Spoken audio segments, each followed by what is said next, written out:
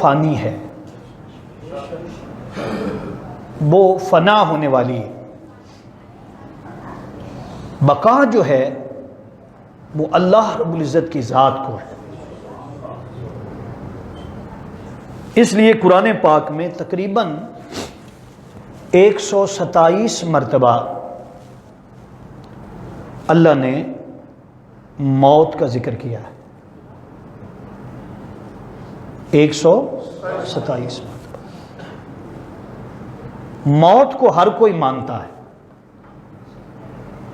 جو لوگ اللہ کو نہیں مانتے، استغفر اللہ، دہریے ہیں، وہ بھی موت کو مانتے ہیں کہ موت آئے گی۔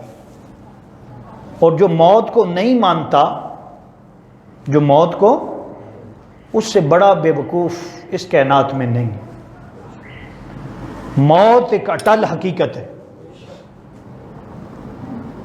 موت ایک اٹل حقیقت ہے۔ موت، بڑے بڑے لوگ آئے، دنیا سے چلے گئے، ہم بھی چلے جائیں گے۔ اور یاد رکھ لیں، جس طرح میں نے کہا کہ موت مومن کو بھی آئے گی، مسلمان کو آئے گی، کافر کو آئے گی، منافق کو آئے گی، حتیٰ کہ دہری لوگ جو ہوتے ہیں وہ اللہ کی ذات کا انکار کرتے ہیں، انہیں بھی موت آئے گی۔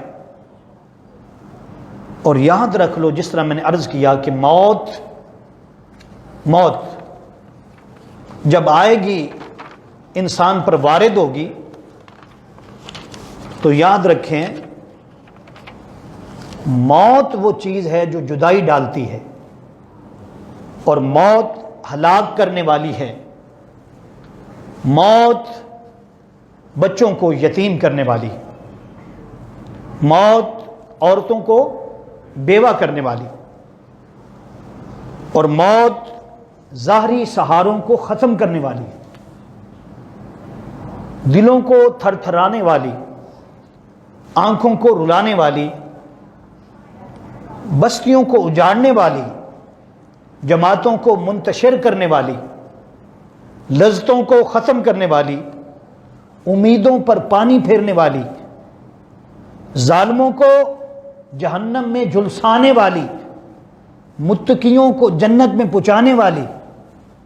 متقیوں کو جنت میں موت کے علاوہ نہیں پہنچ سکتے۔